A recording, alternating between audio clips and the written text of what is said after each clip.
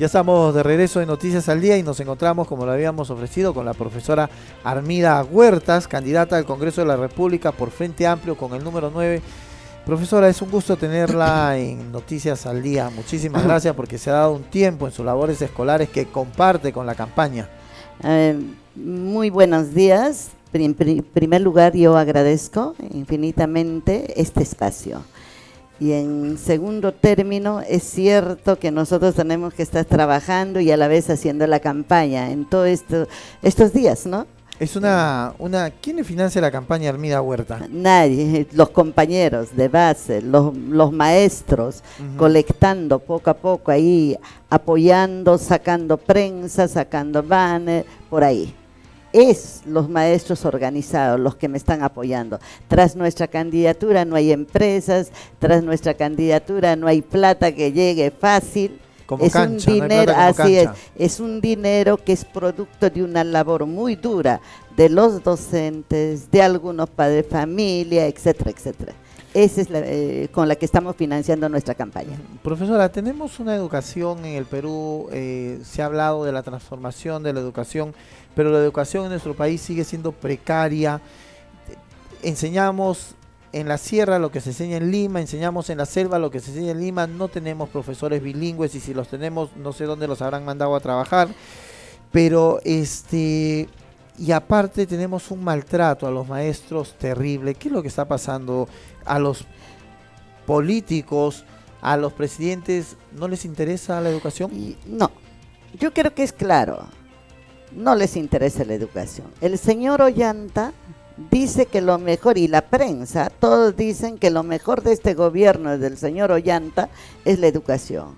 Yo diría, es una falsedad. Soy maestra de escuela pública, trabajo 33 años en la educación. Me pregunto, ¿acá realmente existe o se ha asumido incluso ese proyecto educativo medianamente trabajada anteriormente? ¿Se ha asumido? No se ha asumido. Acá debería estar la educación. Si es válido, tiene que servir para el desarrollo de la nación peruana. Una educación que no sirve para el desarrollo de una nación peruana, ¿en qué estamos? En primer lugar, yo quisiera partir de lo siguiente. Se habla mucho de educación, pero ¿qué es lo que viene pasando en las escuelas públicas? Ahorita incluso hay escuelas que están a tiempo completo, poquísimo. Escuelas excelentes. ¿Para quiénes? Y la gran mayoría, ¿por qué no se preocupa el gobierno que todas las escuelas tengan turno único, infraestructura para turno único, que se preocupen porque los maestros se dediquen a exclusividad a trabajar en una sola escuela, para que puedan preparar sus clases, para que investiguen, para que estén en relación con los alumnos constantemente? Y el otro factor que es muy, muy importante, la principal, que es el estudiante. El estudiante, el Estado, ¿por qué no se preocupa? No se preocupa que a los estudiantes de las escuelas públicas, desde la inicial hasta la secundaria, y en secundaria, si es horario completo, turno único, se garantice el desayuno y el almuerzo escolar. Como había antes. Así es, Claro. Muchos años atrás, ¿no? Entonces, un país que se preocupa por su educación no es solamente pantalla, no es solamente decir ahorita lee a los primeros puestos que salen, beca 18, etcétera, etcétera. No, no. El problema de la educación hay que verlo integral. Los hijos del pueblo necesitan tener una educación de calidad. Para eso pagamos los impuestos. Para eso nosotros... Y no hay modernización en las escuelas. Usted sigue comiendo tiza, me imagino. Sí, en muchas escuelas. Con su pizarra pintada de negro en la pared. Sí, en muchas escuelas. En otras han ido cambiando, ¿no? Pero ese es autosostenido por nosotros mismos. Si yo quiero usar mi plumón, tengo que comprar mi plumón. No es que el Estado me mande plumones y hay que entregar plumones a los maestros. Los maestros tenemos que comprar nuestros plumones. Pero acá la esencia está en lo siguiente. Esta educación peruana está mal, no por culpa de los docentes, sino por culpa de todo este sistema y de los gobiernos de turno que nada o poco les interesa la educación, aunque digan que les interese. Mire, yo escuchaba al señor del Banco Mundial decir que el señor ministro de Educación, cual sea que el gobierno salga, debe quedarse. Yo me pregunto, el señor Jaime Saavedra, ¿cuál es el mérito para que se quede? ¿Cuál es el mérito? No sé, todos dicen que es un buen ministro de Educación. Pero yo pregunto. ¿Qué es lo mejor que ha tenido Ollanta? Mire. Esa es la pregunta que nosotros hacemos. ¿Cómo está avanzando la educación pública? ¿Cuál es la mejora de la educación pública? Yo soy maestra de escuela pública y lo digo con claridad. ¿Dónde están las famosas evaluaciones censales? ¿En función de qué se dan las evaluaciones censales a los alumnos? ¿Dónde están los resultados? ¿Dónde están a partir de la evaluación los resultados y los correctivos? ¿Dónde está la evaluación PISA? Que hemos quedado en ridículo. Así es. Y el problema de la evaluación PISA es incluso es una moda. Acá lo que sí es cierto es que hay una copia muy fuerte del modelo educativo chileno en el Perú. Y nadie lo quiere decir. Todas las famosas rutas de aprendizaje, incluso muchos, partes son plagios de toda la propuesta chilena. Y es grave. Y eso nadie lo quiere decir. Hoy día podemos ver en ese sentido el problema de educación está ahí. Y ese es en el campo educativo, en el campo pedagógico y en el campo laboral de los maestros hay un maltrato tremendo al Magisterio Nacional.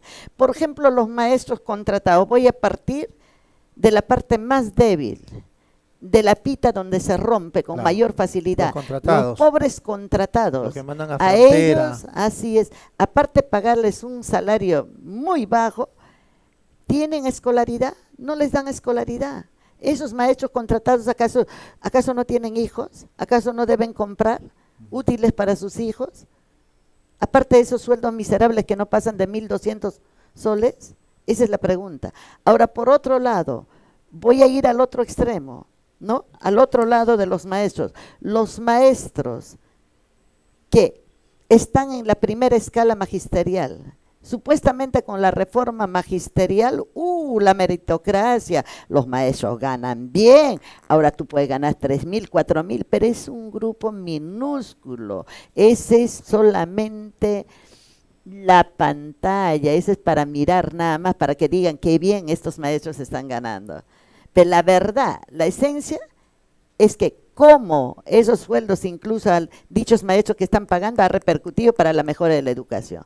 Yo le aseguro, cualquier medio va a hacer una investigación a los centros educativos, la gran mayoría de los maestros estamos en la primera escala, yo estoy en la primera escala, tengo 33 años de servicio, yo sí estuve en contra de esta forma de evaluación, porque hay que evaluar al profesor en aula, no mediante una evaluación de cuestionarios, etcétera, una evaluación tradicional, sino hay que evaluarlos en aula, cuál es su desempeño del maestro, cuál es la relación que tiene maestro-alumno, cómo este maestro debe interrelacionarse con su comunidad, cómo el maestro debe romper las fronteras, las paredes de la escuela para salir a la comunidad. Entonces, en esa perspectiva no estuvo la evaluación fue meramente un examen y punto, y muchos estuvimos en contra de esa forma de evaluación, no por temor, sino por la forma como se está pretendiendo hacer y maltratar al magisterio, mancillar. En ese sentido, por ejemplo, hay un grupo pequeño de maestros que pueden ganar, vamos a decir que están en la quinta escala, sexta escala, pueden ganar 2.800, 3.000 soles de acuerdo a las horas que tienen. Pregunto, y la gran mayoría que ganamos 1.300, trabajamos igual. Yo pregunto, ¿no? Hay igual trabajo, iguales remuneraciones deberían ser. Por supuesto. ¿Cuál es la diferencia del trabajo que ellos, los señores que ganan esa cantidad, tienen? Igualito, entran 24 horas, terminan su labor, se van. Incluso yo diría, en la mayoría de las escuelas públicas, quienes se fajan por la escuela pública somos nosotros, la que nos han maltratado, ¿no? Quienes nos quedamos sábados a trabajar, etcétera, etcétera. Profesora, de llegar al Congreso de la República, ¿cuáles serían los 3 ejes fundamentales que usted trabajaría o atacaría? A nivel educativo, una reforma integral a nivel de educación. Reforma integral, y esa reforma educativa debe estar en función del desarrollo nacional del país. La reforma educativa debe estar en función del desarrollo nacional del país. Dentro de esa reforma educativa, por ejemplo, la reforma las leyes que competen al sector docente, y el perfil del docente debe estar también en función de las necesidades que tiene el país, qué tipo de docente quiere el país.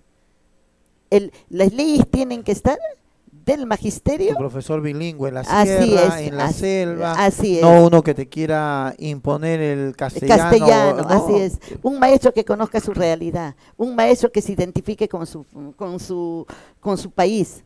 El perfil del docente tiene que ser de acuerdo.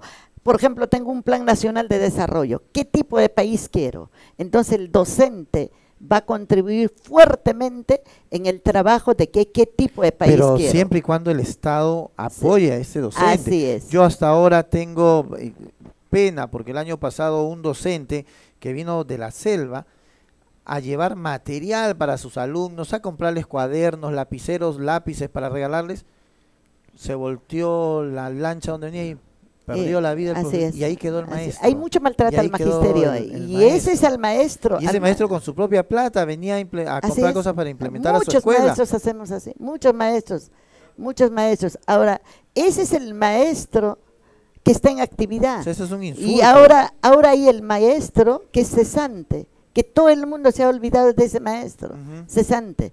Es lamentable la situación del maestro cesante. Sus condiciones de vida, tantos años de servicio a la nación peruana para quedar así como está quedando, formador de grandes hombres. Mire cómo están los maestros cesantes. ¿El segundo punto cuál sería? El segundo punto, a nivel, la reforma educativa que debe contemplar, por ejemplo, yo lo que quiero precisar, turno único en las escuelas, prioridad los estudiantes, con desayuno, almuerzo, infraestructura bien implementada, turno único. O sea, ya no mañana y tarde. Mañana tarde no, todos los colegios deben ser turno único, porque es la mejor forma de que trabajemos bien por la nación y por nuestro país. La segunda propuesta que yo manejo, aparte del campo educativo, es que para mí hay una situación muy preocupante. Es el abandono de nuestra sociedad, de las autoridades, de hombres y mujeres de la tercera edad y de los niños. Y es terrible. Y o sea, yo hoy día justo conversaba con un candidato al inicio del programa y le decía, todos salen a proponer, vamos a crecer, vamos a darle miles, vamos a darle millones acá, le vamos a aumentar a la policía 4.000 soles mensuales, y ninguno hasta ahora dice, oye, tenemos niños desnutridos, tenemos niños que en la selva se mueren con su barriga hinchada llena de gusanos, tenemos en la selva gente que no tiene una posta y los niños se le mueren congelados de frío. Acá en Lima, cerca, tenemos gente niños que se mueren de hambre y el Estado hasta hoy, ningún candidato habla de lo que puede pasar a un niño. Tenemos ancianos que mueren tirados en la calle. Así es. Entonces, es lamentable. Esa es una de mis grandes preocupaciones, aparte de la educación, que es mi especialidad, es la rama donde yo me desenvuelvo y tengo que definitivamente llegar al Congreso, significa la defensa de la escuela, la calidad pública, la defensa de los derechos laborales del magisterio, la defensa de los cesantes y jubilados, etcétera, pero el otro que me preocupa mucho son los dos extremos de la vida que siempre yo digo, aquel que ya está yéndose y aquel que nace, la continuidad de la generación de la especie humana, y aquel que nos ha dado toda una vida ha servido y nadie se preocupa. De la vida, el inicio y el fin. Así es. ¿No? Pero no nos ocupamos de cómo tener un buen inicio y cómo tener un buen final, ¿no? Sino que nos ocupamos de lo de en medio, nada más. Sí. Por ejemplo, para mí, existe ese problema de los canon, mucho dinero en las regiones. ¿Hay dinero en el Estado? Claro que sí. ¿A bolsillo de quién se va? ¿A bolsillo de quiénes van? ¿Existe por lo menos una casa geriátrica en cada región para los ancianos? No. Nuestros ancianos deben tener sus últimos años una calidad de vida. Una nación que no se preocupa por ellos y por su niñez no es nación. Y esa es una de las cosas que toda la vida me ha preocupado. Hasta en las aulas donde yo trabajo, inculco mucho el respeto, el no abandono a los ancianos. hombres y mujeres de tercera edad, que muchas veces las dejamos arrinconadas a un lado. A mí me llama mucho la atención España, por ejemplo, que tiene programas para la gente de 60, 70, 80 años. Hay gente de 80 que está con su computadora aprendiendo internet en España, ¿no? A manejarse en la web. Entonces acá, ¿por qué no podemos hacer eso con los ancianos? Imagínense darle una calidad de vida, una sociedad se ve mucho mejor. Es una sociedad que de verdad respeta la vida, al ser humano, a partir de ahí. Pero una buena Esos calidad son los de vida, temas fundamentales que debemos tratar. Una buena calidad de vida para los ancianos y para los jóvenes no es darle pues un plato de comida, no. Es todo un conglomerado, hacerlos sentir bien, llevarlos a pasear, que tengan una cama donde dormir, una médicos médica, que le asistan, todo eso. Que no tenemos en nuestro país. Porque no les interesa, a nadie le interesa, ni a los gobiernos peor, no le interesa. Y nos hemos convertido en una sociedad que no tiene sensibilidad, nos hemos convertido en una sociedad que es indiferente. ¿Por qué cree? Ahí está la corrupción pasa, los narcoindultos. ¿Por qué cree que todo esto está pasando en este país? ¿Por qué cree que estos son los únicos, los 4 o 5 primeros candidatos que tienen grandes problemas con corrupción, etcétera, etcétera? Son los que más se impregnan en la mente de la población, porque es una población que cada vez más se ha vuelto insensible. ¿Cómo no vamos a tener sensibilidad por nuestros ancianos y por nuestros niños? Por los dos extremos, que no pueden valerse por ellos mismos. Nosotros podemos valernos por nosotros. La juventud se vale por sí misma, pero estos extremos de la vida… Lamentable, totalmente abandonados. Profesora, el tiempo en la televisión es tirano. Hay puntos que no hemos tratado, la inseguridad ciudadana, la inseguridad que viven hoy día los alumnos por la delincuencia en los colegios, el abandono de muchos alumnos que han desertado en los colegios y que el Estado no se preocupa, alumnos que tienen que dejar de estudiar porque tienen que trabajar. Entonces esos temas yo la invito a una próxima entrevista la próxima semana, vamos a coordinarla para hablar sobre estos temas que son muy importantes y que hoy día nadie los está tocando. A nadie le interesa la educación. Si dicen la educación, dice vamos a alargar el tiempo de estudio. Hoy día es hasta las 3 de la tarde, de repente el próximo candidato dirá hasta las 8 de la noche, pero ¿qué aprenden los alumnos en nuestro colegio? ¿Qué aprenden?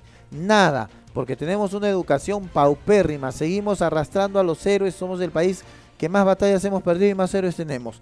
Lamentable, ¿no? Y le damos una educación malísima a nuestros alumnos. En su persona, saludo a todos los maestros del Perú, a todos esos maestros que han perdido la voz porque han comido tiza toda su vida, porque el Estado no se ha preocupado de ellos, a todos esos maestros que han muerto en la sierra, en la selva, olvidados. En nombre de usted, un saludo para todos ellos y esperemos que un próximo gobierno, sea de Verónica, sea de quien sea, pueda revalorizar la labor que hacen los maestros en nuestro país. Las cámaras para que se dirija usted a todos. Yo, en primer lugar, muchas gracias de verdad por esta oportunidad y llamar desde acá al magisterio, a nuestro pueblo, a nuestra juventud, que veamos una alternativa verdaderamente que plantea a favor de los intereses del pueblo peruano, una alternativa que es la de Verónica Mendoza, la del Frente Amplio, y nosotros vamos, y muchos maestros me conocen, si estoy en este proyecto, no los voy a defraudar, nos conocen y saben nuestro currículum, quiénes somos y quién soy. Voy con el número 9 en esta oportunidad al Congreso por el Frente Amplio. Muchas gracias, muy agradecido. A usted ha sido la profesora Armida Huerta, candidata al Congreso de la República con el número 9 de Frente Amplio. Buenas propuestas, hay que mejorar el magisterio, hay que dar todo un vuelco terrible y acabar pues también con todos estos dirigentes sindicales que a veces no apoyan en nada a los maestros, que es muy terrible, ¿no? Sí, es grave, sí, ese es un tema que capaz después de las elecciones podremos conversar, hay muchas cosas, antes también podemos conversar, no hay problema, pero yo creo que hay una gran verdad, ha sido lamentable, ¿no? También tenemos los maestros alguna responsabilidad. pero yo creo que el problema de la educación no es responsabilidad exclusiva de los maestros. La Es mayor responsabilidad parte de la responsabilidad es del de Estado. los políticos, del Sí. Estado, de la sociedad, comunidad, de en la su sociedad en conjunto. común. Mira, con esos programas que tanto pasan la violencia, ¿cómo no se va a generar violencia? La Así educación es. no formal es la que más se impregna. Así es, profesora. Profesora Armida Huertas, candidata al Congreso de la República por el número 9 por Frente Amplio. Vamos a una pausa y volvemos con el doctor Otoniel, quien trae la cura para todas las enfermedades. No se muevan.